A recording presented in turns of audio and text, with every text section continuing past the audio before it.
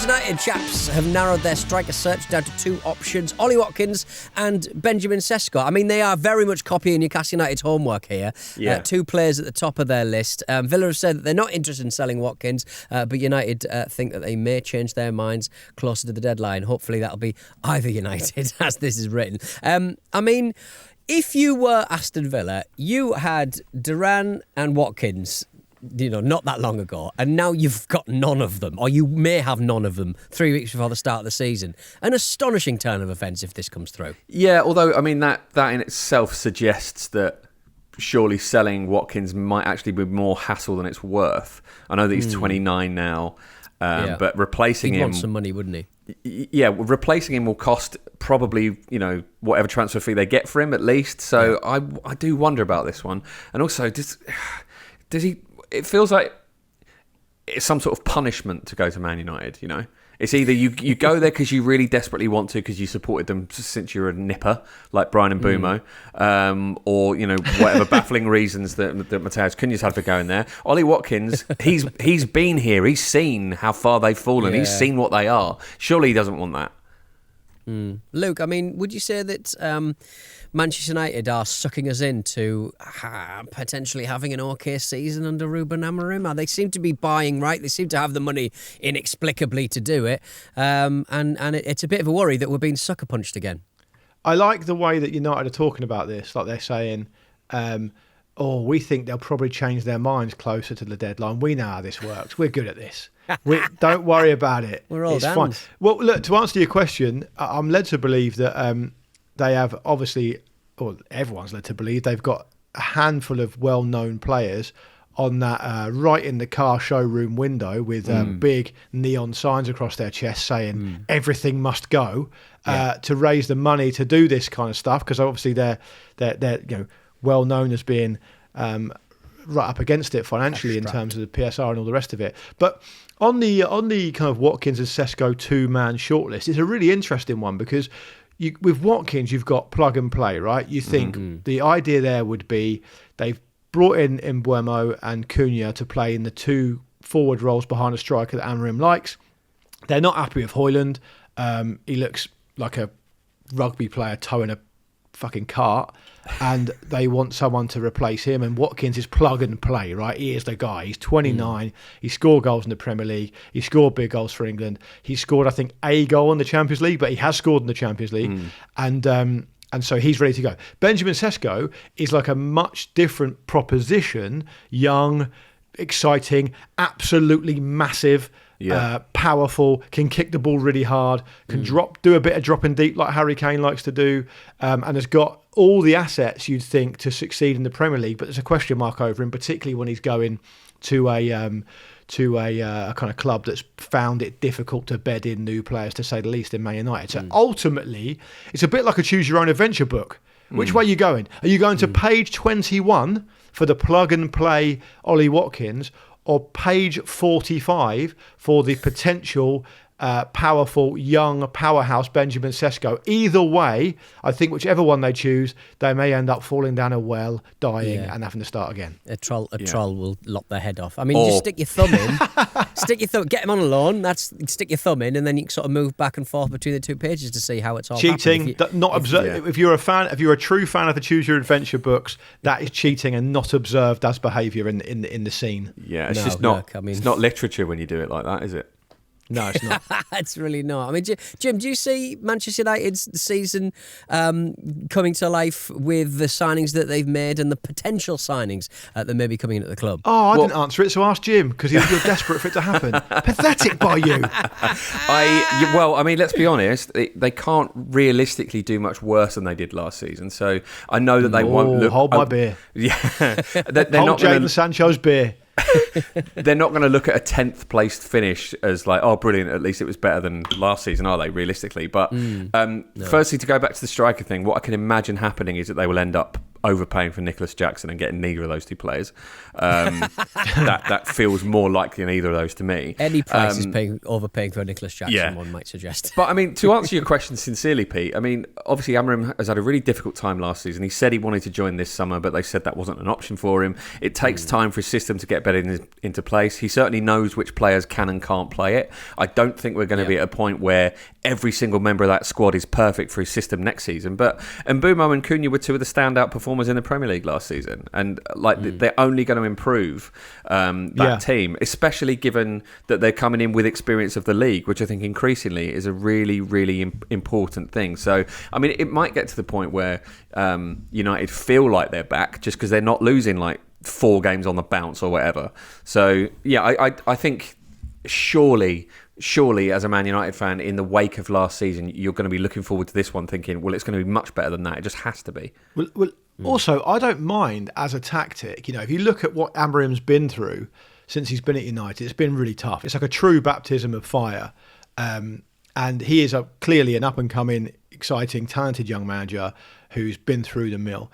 As a tactic, in terms of transfer strategy, I actually don't mind the idea of, look, we should be buying players who we've seen can perform at this level in this league. Amorim's not managed in this league before. For all the pomp and circumstance around it, it is a really, really tough league to play in and to manage in. So if he's going to continue going down that road, you know, Watkins is the way. I mean, after that, it would be Jackson over Sesko, because Jackson's got, you know, some time under his belt, some goals under his belt. And Jim's, your assessment of Jackson is you think he's a better player than perhaps he's shown as well, and he's got a high ceiling. So it wouldn't be surprising if they did prize Watkins away. But from Watkins's point of view, he's 3 years left on his deal at Villa. He's going to be playing European football next season currently, and not the kind of level of European football that they wanted, but nevertheless, it'll be European football. Man United need players, and Watkins is going to be asked to go and play for a team who've got no European football. So it's going to cost them money, whichever way you slice it, particularly when you chuck into the fact that Villa don't really want him to go. United are going to do something, aren't they? And then to bring it back to the Newcastle United thing, it's not crisis point for Newcastle United, but it's like there's a load of time left in the transfer window. But I mean, how many other targets can they miss out on? Like if you'd imagine if United go for Watkins, Newcastle just have to go. They just have to go and get Sesko. They just have to get him. Well, they'll have to overpay, right? Yeah, I mean, they're going to be overpaying anyway because they know that those finances are there and ready to be stolen for whichever club that comes, a knocking, I suppose, or receives a knock. I mean, the walnut gear knob in this situation for Newcastle is Aaron Ramsdale from Southampton. Yes. Absolutely, the most walnut gear knob signing of the window by miles, taken into account that he's been relegated 4 times in his career, including with Chesterfield in League Two. And although he's obviously a good goalkeeper, the thing that I would be slightly concerned about is that he is absolutely terrible at choosing moves. And if he's chosen Newcastle, that's some kind of portent. He's like Japanese knotweed, isn't he? Yeah, a bit like that, yeah. And his old man's probably in his ear again. His old man's done a podcast saying he's going to Newcastle, and so Aaron's now got to do it. Look, as we know, even a stopped clock occasionally finds a nut, and I think this is a good move for him. I mean, whether it's as good a move for Newcastle this or signing, Jim. Even this signing, Jim, is because they couldn't get James Trafford because someone else took him. Sure. Yeah. What's his ball delivery like? Because obviously that's the main thing that sort of Nick Pope was criticised for. He's not amazing at smashing the ball to wide players. Is that something that Aaron Ramsdale's realistically got in his game in droves, in huge amounts? Yeah, I'd say it's quite an emphatic yes as well. Actually, now because he's one of those players who does play with his feet a lot. Occasionally he will make a mistake, and that seems really eye-catching, and that might be the thing you remember if you don't watch him very often. But generally his distribution, short and long, is pretty good, and he's a good shot stopper as well. Now he does have those momentary lapses in concentration that have been quite well documented, but he was very unlucky with what happened at Arsenal. I think Raya was the goalkeeper that Arteta wanted before he got Ramsdale, and he then became available, and that's the only reason he's not still there now. And I think I would say he's probably an upgrade on Pope all round. Well, they were in the frame for James Trafford from Burnley, but he's joined Manchester City after Did they you see activate... Pete? Did you see the detail on that? It was quite interesting. Right. So City had a clause in the contract when they let Trafford go to Burnley, saying if they agree a fee with any other club before he agrees to move, City have the right to come in and match that fee and supersede it, which I think is what they did. I'm fascinated with European Court of Human Rights kind of like why are these clauses allowed? Well, you have to come back to Manchester City. Oh, do I? Oh, brilliant. Yeah. your clause is that you're allowed to bring an angle grinder into the work. Yeah, one day your season. Criminal record. That's At my least mufti one. day. Marcus used to call it, as Marcus used to call it. So we spoke about Manchester United. It's worth remembering that Erik ten Hag has moved on to bigger, brighter and better things at Bayer Leverkusen. He insisted last week the midfielder Granit Xhaka wasn't allowed to leave the club. He said the agent can say anything, but this club has already lost 3 important players. We won't let any more players go. That's not possible. Sunderland have now agreed a £17 million deal with Bayer Leverkusen to sign Granit Xhaka. He will become Sunderland's 7th signing of the summer. Plus sa fucking Sean Ten Hag. Yeah. Now, we all know it's really hard to be a football manager. We can all see that. Can you imagine how hard it is to be a football manager when on top of all the other hard bits, just no one listens to you? Just no one. Not respected, above or Just below. no authority. You are in the ultimate position of authority, and yet you have none of it for reasons no one will explain to you. It's also like so obvious that Granit Xhaka has been obviously very happy working under the soon to be great, or perhaps some people would say already great, Xavi Alonso, having worked with some good managers in Arsenal playing in the Premier League, and he's just seen Ten Hag. He's taken probably one look at him. They've probably not even had a training session yet because they would have done pre-season friendlies and stuff like that. He's probably had a handful of training sessions and a handful of pre-season and gone, nah. Yeah. I'll go Sunderland. Yeah. I don't care. I mean, as we mentioned last week, Xhaka, when he left to go to Bayer Leverkusen, he said part of the appeal was that it was a 4-year deal and there'd be a transition into a coaching role. Right? So he's looked at this and gone, nah, I'll just change my entire life plan, actually. I can't I'm not be doing coaching this. under that. I am not coaching under that. I'll unlearn things.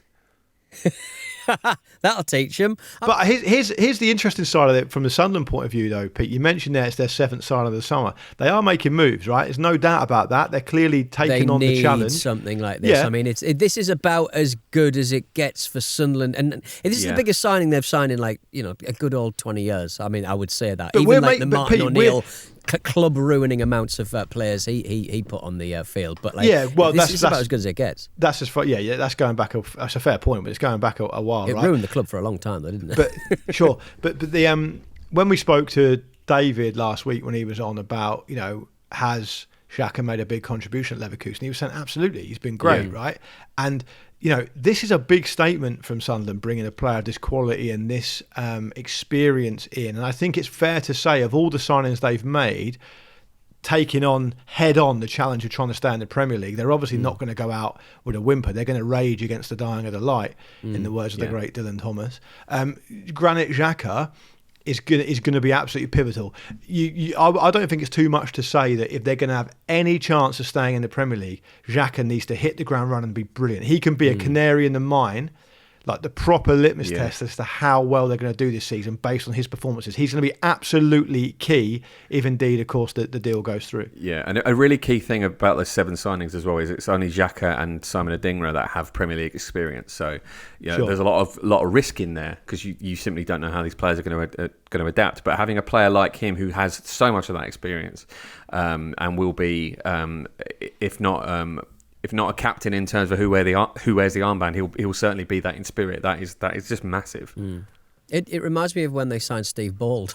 Do you know what I mean? It's just like someone to just calm everyone down, because I still think Sunderland are going to be in a lot of trouble this season because the squad is just too young. But a signing like this, he was in the conversation, a massive wide outlier, but still in the conversation for the Ballon d'Or last season. So he's still performing at an excellent level. It's good stuff. Good signing for Sunderland. I mean, why Newcastle?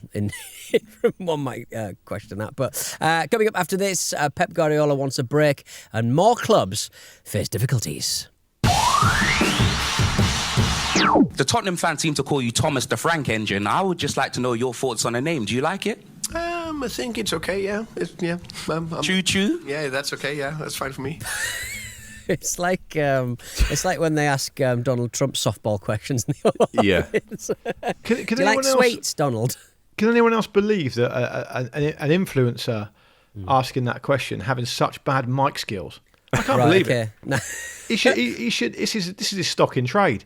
It feels like one of those blokes who just stand on Carnaby Street interviewing people about your people's body counts and stuff, just shouting at their iPhones. It's just such crap awful. content. It's either that or asking people how much money they earn. Leave me alone. I'm just going to fucking get a sandwich. Or aren't you a high value male? You're scared to admit it.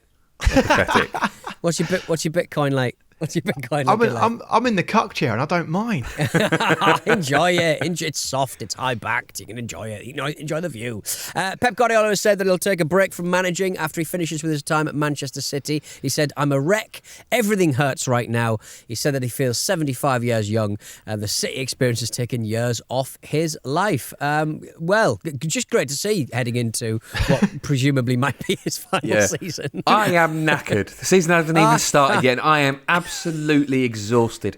Every atom of my being is just in bits. I mean, this is actually pretty massive news. If you read the full transcript, he essentially confirms that he's going to leave at the end of his City contract. I know that's 2 seasons away, and he's said things like that a lot, but if he's to be believed, and I'm sure he can talk himself out of it if they have success in that time, maybe it won't happen. But I mean, that's pretty seismic. Yeah, I sometimes, without bringing the mood down, I sometimes look at Guardiola particularly and wonder if he's, if his mental health is as strong as it could be. I think he's clearly someone who puts his heart and soul into everything he does, and that's a blessing and a curse, right? But sometimes when you see him scratching his own head and Bic razoring his hair off every week or whatever, and some of the things he comes out with, I know some of it's lost in translation because he's speaking English as a second language. Like, I don't think we can be too frivolous about this kind of stuff, because he is clearly someone who feels it quite heavily, and we already know that managing a football team at the top level is a super stressful job anyway, and it consumes you, right? So I hope he's okay, I guess is what I'm saying, because he said I have 3 states as a person: euphoric, depressed, and absent. Those are my 3 states. That's actually quite a sad thing to say. It is. Yeah, it is. It's a horrible admission. Yeah, I mean, euphoric sounds good. You can't be euphoric. Euphoric's kind of bad, I would say. One suggestion. They're all. You were euphoric terrible. yesterday with the studio. I was euphoric. I was priapic. There are my things did. Euphoria, priapism, and the third just direct poos. Yes. It's sad to see you start. Hope he gets the help he needs. Hope he's all right. Hope he's just feeling it a bit at the moment, waiting for the season to start. Yeah, obviously want him to do well. He's the greatest club manager of all time, probably. So we want him to be okay. Yeah. James McAtee will potentially not be leaving Manchester City. They've rejected a £25 million bid from Nottingham Forest for the player. Eintracht Frankfurt in the frame, Borussia Dortmund and Palace as well, all interested in signing James McAtee. He's got a lot of suitors. Where would you go if you were JM, Jim? Surely Dortmund out of that lot. Possibly Frankfurt. Little adventure. Although, I mean, they're all good options, actually, looking at it. No shade on Palace and Forest. They're obviously distracted by each other, I'd imagine. I don't care what I think of them. But yeah, I mean, Dortmund's the romantic one for me there. Lovely industrial city of Dortmund. I was on my screen. You're down as Ian Beale. For some reason, you've chosen your on-screen name as Ian Beale. Ian Beale, what do you think? Ian Beale. Right. Ask me where I'd go. Where would you go, Luke? Crystal Palace. I could walk to work. From your house, yeah, fine. Yeah. You can line bike. You can line bike to work if your line bike doesn't get stolen. I'm pretty sure the training ground's even closer than the ground. So nice. Okay. I would do that. Look, I think that James McAtee's at a crossroads. I think, clearly he'll, if he loves Man City and he wants to stay there, he'll want to be replicating what Phil Foden did. Don't forget there was like a outcry for Foden to move on, to get a loan move at least for ages, because everyone loved how good he was and Guardiola was protecting him. But then there's been examples of Man City players going elsewhere and doing really well, right? What we all want to see, I suppose, is the same way with someone like Harvey Elliott, who I would suggest is probably a little bit further along than McAtee. I'm not saying one's better than the other. Don't at me. Just saying he's probably a little bit further along. You want to see him play football, right? It's a shame when you don't see him enough. What I've seen of McAtee, I think he looks brilliant. Like, he looks really, really good. That loan spell at Sheffield United's done on the world of good. He's not looked out of place at City. Let's not forget that City massively picked up their form after that blip they had, and he played a decent amount last season. So look, if Guardiola's planning on using him a bit more this season, great, because we want to see him play because he's a great player to watch. Yeah, he could join his brother at Bolton Wanderers, who he plays for. It would be great seeing him at Palace. I mean, yeah. Palace is such a great side. Like, it'd be great to see him in there for sure. It's a great place to play football. It's a great place to watch the football, and I'm really looking forward to their season. There's going to be a lot of games in there. It's going to be a difficult one, but I'm very much looking forward to see what they can do this season. Two clubs who are, let's face it, in a hell of a lot of trouble. Sheffield Wednesday's manager Danny Röhl has left his role just 12 days before the start of the season. He leaves by mutual consent after a terrible summer at Hillsborough. It looks like he looked like he was staying at some point when he returned for pre-season, but he left in the end. Yeah, what seems to have happened. I mean, look, we did a deep dive on Sheffield Wednesday a few weeks ago, and I recommend if people are interested in what we think about that, you can go and listen to that. There's no point rehashing it here. But what looks to have happened is that Röhl was given some kind of assurance that the club was about to be taken over, because he had already said he was going, and then it was a surprise, I think, when he turned up. Because he'd been given assurances that. I think, and then obviously that's obviously now no longer happening because Chanziri is still holding out for a ridiculous amount of money to sell it, and they're in big trouble. Like, they've got a 3-window transfer ban now. They've got 10 players, I think. That's it. Yeah. Apart from the academy they've got, and they might have to close a stand. It's a really difficult situation. Yeah, I mean, if you have to limit the amount of people that are coming through the doors just because you can't afford to pay security staff, you can't afford to pay wages for your staff. I mean, they've had late payments to players, staff, and HMRC. I mean, like, why the EFL has to punish them for paying their tax late? You already get tax fines if you don't pay on time. A friend tells me, Chancery's in all kinds of trouble for late salary payments in March and May. It's good that he got April done though. I suppose. Well, I think he can be done. I mean, you said at the top of this, Pete, you said 2 clubs, and obviously we're going to come on and talk about Morecambe now. But the point I just want to make in between these 2 clubs, I suppose, is that what we're seeing happening now is that. So people will focus on things like the owners and directors test from the Premier League, from the EFL, about whether people are suitable to own clubs and stuff. And I get why that is.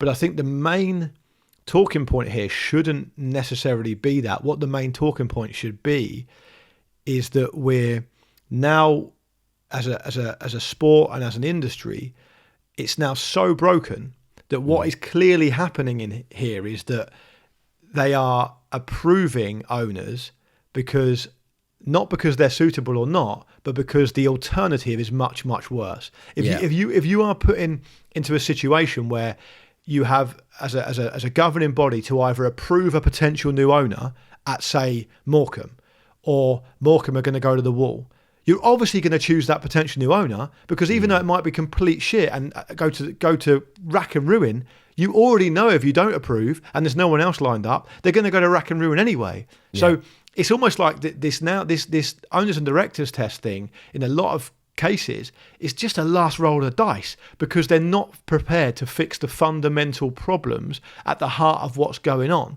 And now, Sheffield Wednesday, incredibly storied club, it's a joke that they're in this situation. And then you've got Morecambe, who've been around for 105 years, right? And now they're looking at not being able to do the first 3 games of the season. They're not going to be able to pay their players. They have an owner who has a track record of questionable business practices, to say the least. I mean, you can read the stats out and see history. 25 companies he's been a director or taken a directorship at during his career. Of those 25 companies, 18 have been dissolved, voluntary dissolved, put into administration, put into liquidation, or put into receiver action. Now, obviously, companies get dissolved all the time for whatever reason. Things move on. You want to sort of, acquire other things, and you need to put money elsewhere. But it's not an amazing record. It's a Donald Trump-esque record, so to speak. But he still managed to pass the EFL owners and directors test. And I don't know what they're really testing here, because this doesn't seem like to be the most successful people. And I don't even know why you, at that level at Morecambe, why you would want to get involved, because it's not like there's a huge pot of gold. I think that deep in the thing. Is it just a place to park your money for a little while? Or? No, I think what it is that you do have. Essentially, you have local. A lot of time, you have local people who want to be involved. So look at the Stockport County story, right? The Stockport County story is they drop out the Football League. They are in real trouble, and then a locally based, quite successful businessman with money, who's in it for the right reasons, can look after them, can deliver them back to the Football League, can come within a whisker of another promotion last season. I think they knocked out in the playoffs, League One playoffs, weren't they, by Leyton Orient. And that is a success story, right? And he's a local guy. He loves the club. He's put money in. I think he wrote off almost over £7 million of debt to take over the club. So that's a good story, right? And that's brilliant. But the point is, that feels to me like a bug rather than a feature, right? Because if you are in a situation where the only way the industry actually works is you roll the dice with an individual and just hope he's some kind of benevolent dictator and isn't going to disappear overnight and or send you to ruin, it's not a system, is it? It's just a series of charitable benefactors that decide to help out every so often, because there's no meaningful way, as you've already mentioned, Pete, to actually sustain it.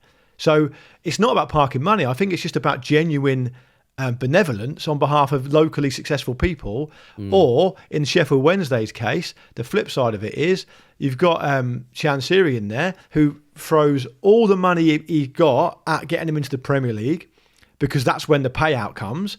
They fall short a couple of times, and now the whole thing is just crumbled into dust around him, and he doesn't know what to do. And money is so expensive to loan at this moment in time, post-COVID. Like a few years ago, it was so easy to get money into the club because people wanted to speculate in that direction. But the city's kind of shut up shop now, and you just can't get the money in. Coming up, we just hope that both clubs manage to find a solution as we head into a new season, because there's just no way to start. People get so excited, they get their season tickets and they're ready to watch a few pre-season friendlies, and when things like this happen, it's just like, why am I even bothering investing in this? This season ticket may not be worth the paper it's printed on. I may not get my money back. It's just a bit of a joke, really.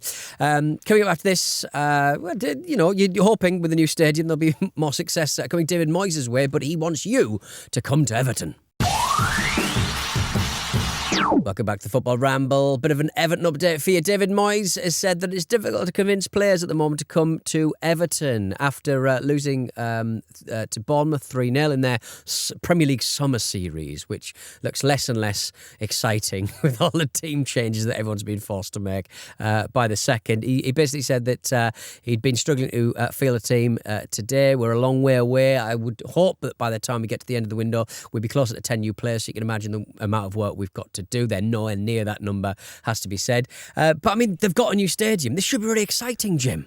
It should, shouldn't it? And they feel like the forgotten team of the window, really, because we all know that I think they lost 10 players who were out of contract at the end of the season. So I think we were expecting a really, really busy summer. And obviously, you've got players like Dominic Calvert-Lewin in there, like really, really big names, focal points for the team. And they've really, really struggled. Now, Moyes said that it's harder to get players in when you can't offer European football. And he understood the difference from both sides of that when he was at West Ham, and they did have European football.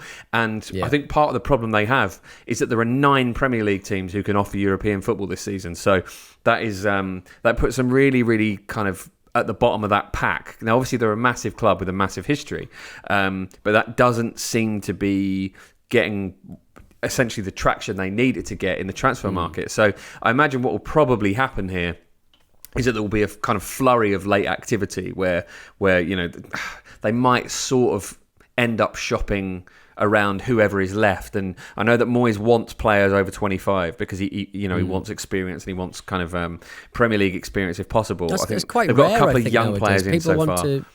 People want to buy really young players and who've got that high ceiling, and kind of speculate a little bit on in that direction. But I think that's quite sensible from Moyes, bearing in mind that's the pools he's having to fish in. Yeah, he's basically said that it is more difficult to get players in when you're not a club in Europe. We've been in for a lot of really good players. Unfortunately, a lot of them said no at the moment. Maybe that'll change. Maybe there's something they can do on their side of things. But I imagine they probably haven't got a lot of money kicking around. It's a weird PR move. I mean, like you think that he would. I mean, because he was. So the context for this is, as you already mentioned, they're in the US at the moment doing this Premier League Summer Series. But David Moyes did a media day where he went back to a load of places, I think in New Jersey, where he toured as captain of Celtic back in the day, and so he was asked all these different questions about his upbringing and his experience of coming to the US. And afterwards, at the end of that, he was asked about Everton's pre-season. And I don't know whether he just got a little bit nostalgic for a great time in his life, because he seemed to be talking very kind of eloquently and passionately about what it was like visiting the US as a Celtic player back in the day, and just got caught a bit off guard. But I think if I was the ownership, I'd be thinking, can we not say that? Because the more we say that, attractive, yeah. It's going to be in people's heads, because presumably negotiations are going on and with certain players and targets are being established, and it's not really a great thing to say. It's like the old if you're a salesman struggling to sell stuff, what does David Brent say? You turn up in a newer car. You don't tell everyone you're doing shit. Like, so it just seems a little bit odd. It felt to me a bit like the Grim Reaper saying no one wants to die anymore, and everyone's getting terrified of death, and then obviously people become more careful because they don't want to die. It's Jimmy used to work on the docks kind of vibe, He's watching. It is a bit like that. He's watching the death of industry. But Jim's point's a really interesting one, because when you've got, I presume it's an unprecedented number of English teams in Europe this season. You do feel like you're a bit outside the party, not being let in, right? Yeah. Because a player can go. Maybe in the past, a player might think, "Oh, I'd quite like to go to a European club, but realistically at this point in my career, they're not going to take a chance on me." Well, the profile of clubs that are in Europe are similar size to Everton or even smaller than Everton, right? So there's other options out there for that pool that they're fishing in, perhaps in a way that there hasn't been before, and it's made it tough. Yeah, I do think with Moyes saying the things he's saying, we probably have to factor in that the fans are probably getting a little bit nervous, and perhaps there's some sense of kind of appeasing the fans and saying, look, we are trying. It's not like we're not doing anything. It's just proving difficult. And obviously that comes at the cost of the kind of bad PR, as you say, but that's possibly a factor as well. They have signed Tiano Barry, who looks like a really interesting prospect, young kid for a lot of money, scored some goals for Villarreal last season.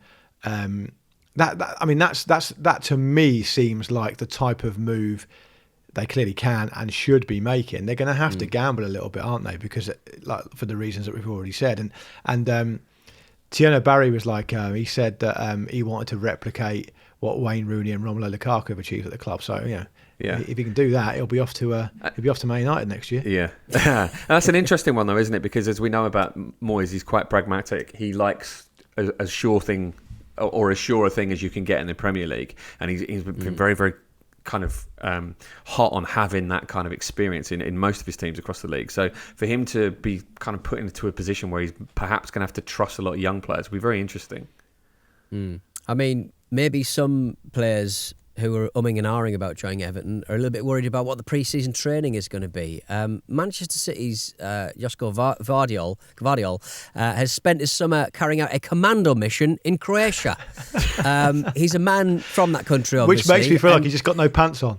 Well, it feels like it sounds very impressive, but it does also give off the vibes and fumes of a one-man stag do. The company who put a commando mission experience on claims to be the first ever tourist agency to transform war games into reality. He's basically posted a lot of pictures on Instagram of him running around the bush with a semi-automatic rifle. At one point, he's got a guy in a chokehold. He's got someone in a chokehold, and he's calling it the ultimate mental and physical prep for the upcoming season. It is a worry when Manchester City are facing so many charges that this may turn into, he may go rogue, John Ramble style. What, you reckon they're all going to disappear up the Mekong and start their own community? Exactly. They might just start their own league somewhere else, a kind of Croatian brush Super League, way off grid, no electricity, no GPS. I was very cynical about this when I saw the photos. They're way too professional for them to be anything more than just a PR thing. Like, have you seen how good quality the photos are? There's no way it's anything other than the PR thing. It's like a little Call of Duty photo shoot in it. You could either have that or you could have a boudoir. I don't think he's not claiming he's really kind of also a commando, is he? I think it's the ultimate mental and physical prep, Jim. I think if you are into that sort of thing, it can't be long until you're Tom Hardying it, you're John Cena-ing it, you're Stolen Valoring it. I think in many ways. Also, why is he doing this on his own? Yeah, to at least bring another player along. Is it a WhatsApp group, lads? Anyone fancy it? You have to let me know by the end of the day, so I've got to book it. Anyone? I'm still going. Bit of you in it?